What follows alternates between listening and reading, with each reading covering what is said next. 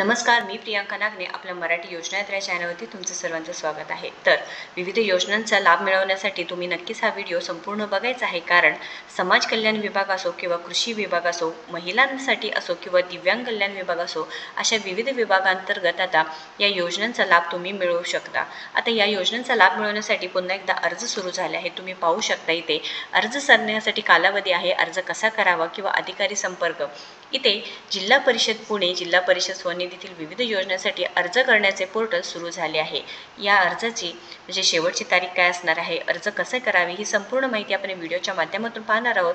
त्यामुळे व्हिडिओ शेवटपर्यंत बघायचा आहे। चॅनलवरती नवीन असाल किंवा अजूनही आपल्याला सबस्क्राईब केलं नसेल तर नक्कीच आपल्याला सबस्क्राईब करून घ्यायचं आहे। तुम्ही पाहू शकता इथे अर्ज करण्यासाठी तुम्ही काय करू शकता, अर्ज करण्यासाठी कालावधी किती आहे तुम्ही पाहू शकता।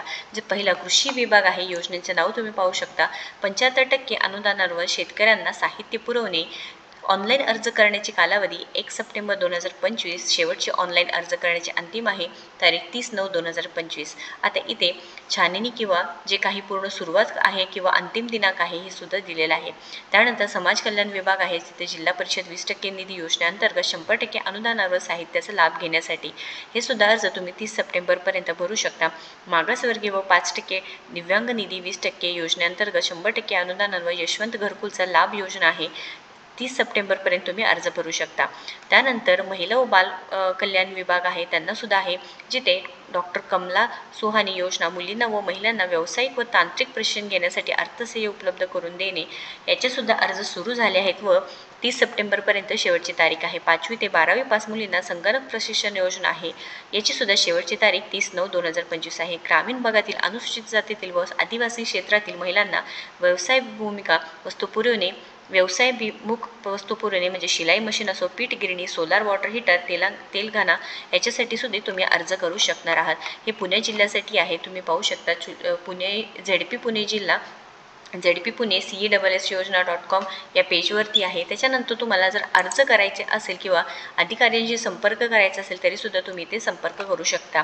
कृषी विभाग आहे, महिला व बाल विकास विभाग आहे, तालुका दिलेला आहे, त्यानंतर नाव दिलेलं आहे, त्यानंतर अधिकाऱ्यांचे नाव दिलेलं आहे, संपर्क क्रमांक दिले आहेत।